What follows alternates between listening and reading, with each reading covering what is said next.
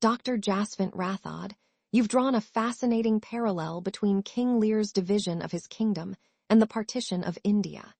Can you explain this analogy for our listeners?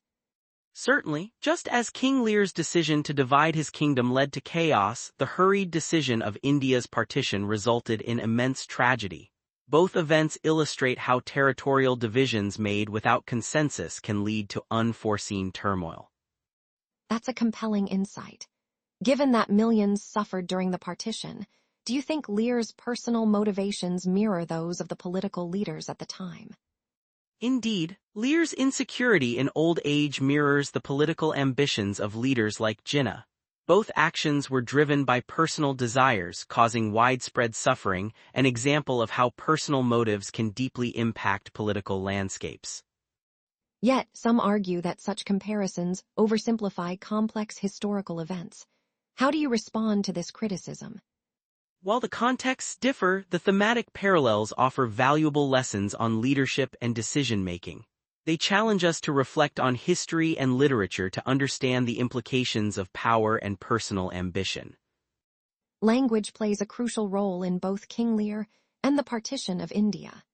Dr. Rathod, could you delve into how language influences power dynamics in these contexts? Absolutely. In King Lear, the daughter's eloquent flattery masks their true intentions, much like how political rhetoric during the partition obscured real motives.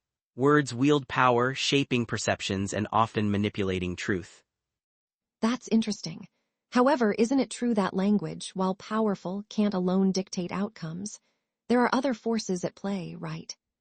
True, language is one of many tools, yet it often sets the stage for action. For instance, Iqbal's shift from Ser Jahan Si Acha to supporting division shows how rhetoric can reflect and incite change in political thought.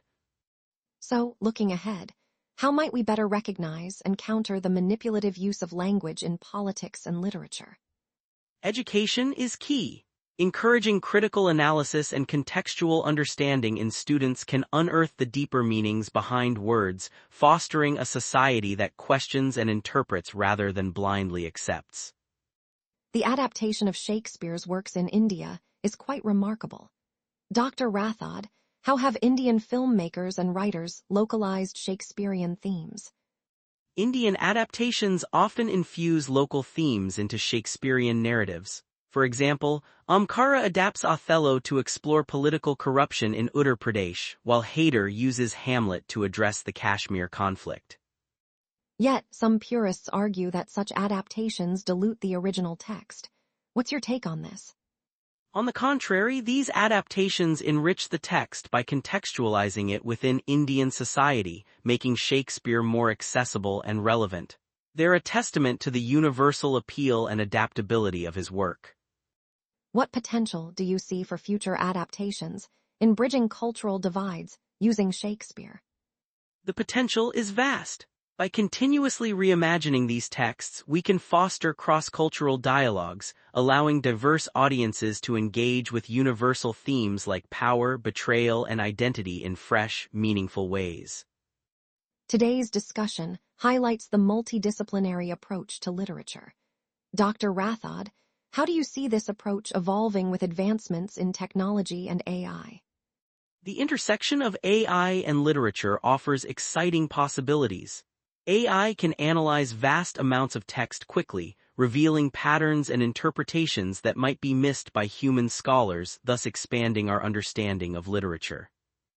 However, is there a risk that relying too much on AI could stifle human creativity and critical thought? While that risk exists, the key lies in balance. AI should complement, not replace, human analysis. It's a tool to enhance our capabilities, allowing us to explore new dimensions of literary study. Looking forward, how can we integrate AI effectively in literary studies without losing the essence of human creativity? By fostering collaboration between technologists and humanities scholars, we can ensure AI tools are designed to support human insight, preserving the creative and interpretative spirit that drives literary exploration.